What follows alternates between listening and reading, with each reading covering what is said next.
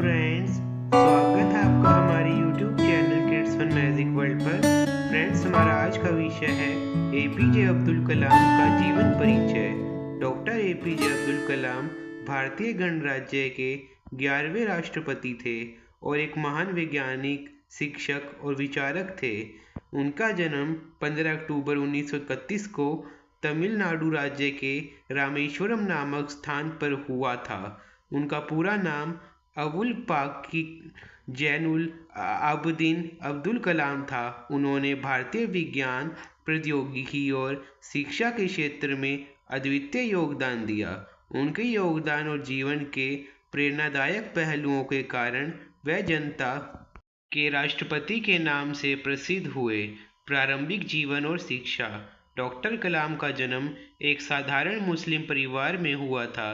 उनके पिता जैनुल आबदीन एक नाविक थे और उनकी माता आशियम्मा एक गृहिणी थी।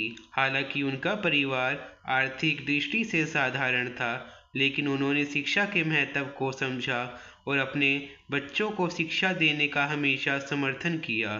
डॉक्टर कलाम के जीवन में शिक्षा का बहुत महत्वपूर्ण स्थान था। वह बचपन से ही बहुत उत्साही और अध्ययनशील थे।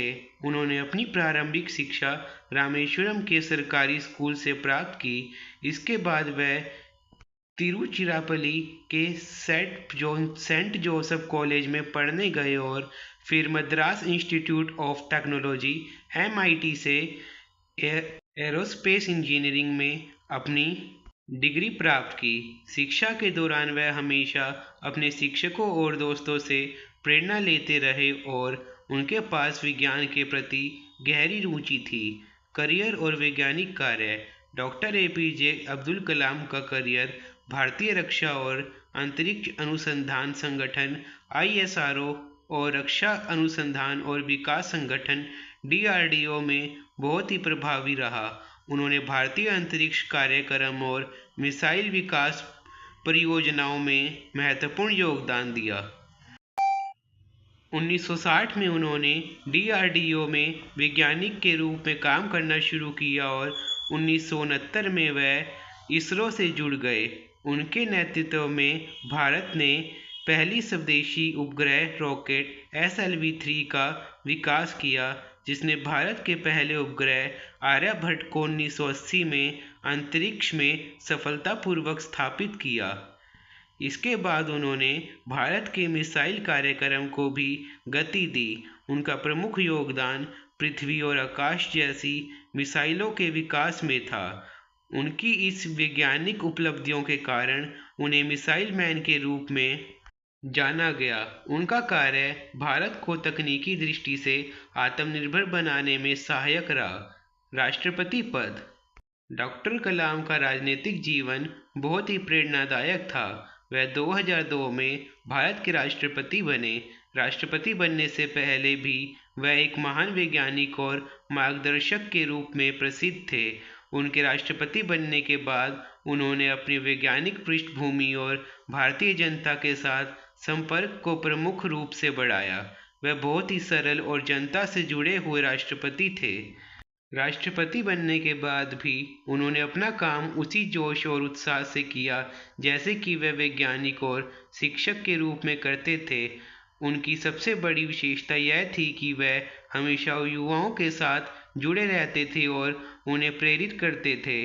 उन्होंने भारतीय युवाओं से भारत को 2020 तक एक महान राष्ट्र बनाने का आह्वान किया। प्यार और विज्ञान का संदेश। डॉक्टर कलाम हमेशा कहते थे कि किसी भी महान कार्य को करने के लिए दो चीज़ें बेहद महत्वपूर्ण होती है: कठिन परिश्रम और सकारात्मक दृष्टिकोण।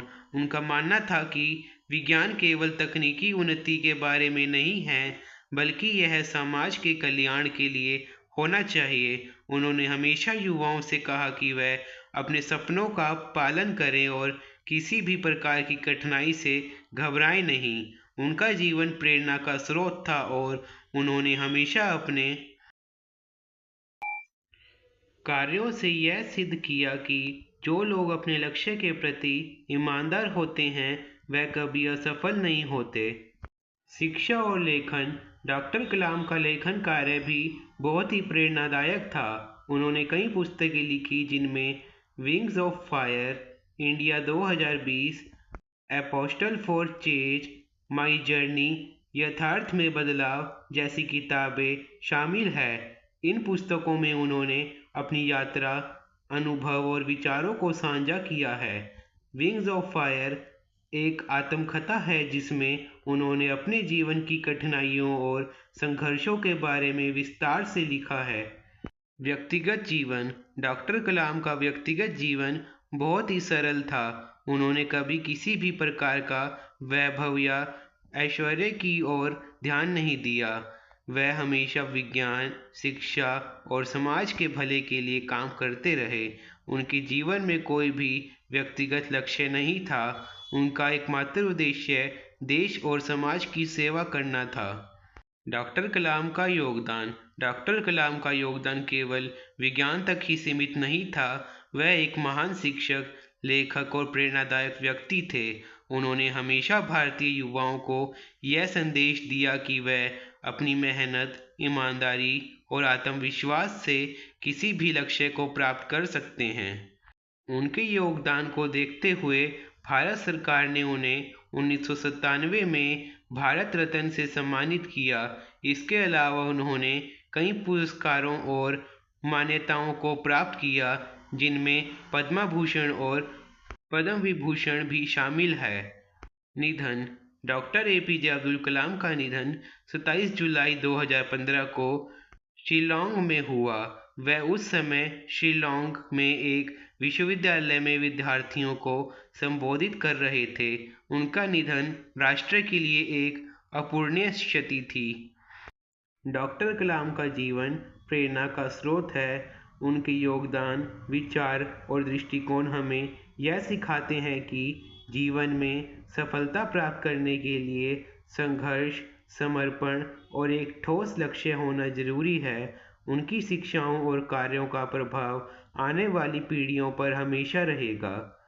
धन्यवाद फ्रेंड्स आपका हमारी वीडियो देखने के लिए। फ्रेंड्स, मुझे उम्मीद है आपको हमारी वीडियो अच्छी लगी। यदि आपको हमारी वीडियो अच्छी लगी तो वीडियो को लाइक कीजिए, चैनल को सब्सक्राइब कीजिए और इस वीडियो को अपने दोस्तों के साथ ज़्यादा से ज़्यादा शेयर कीजिए। Bye friends.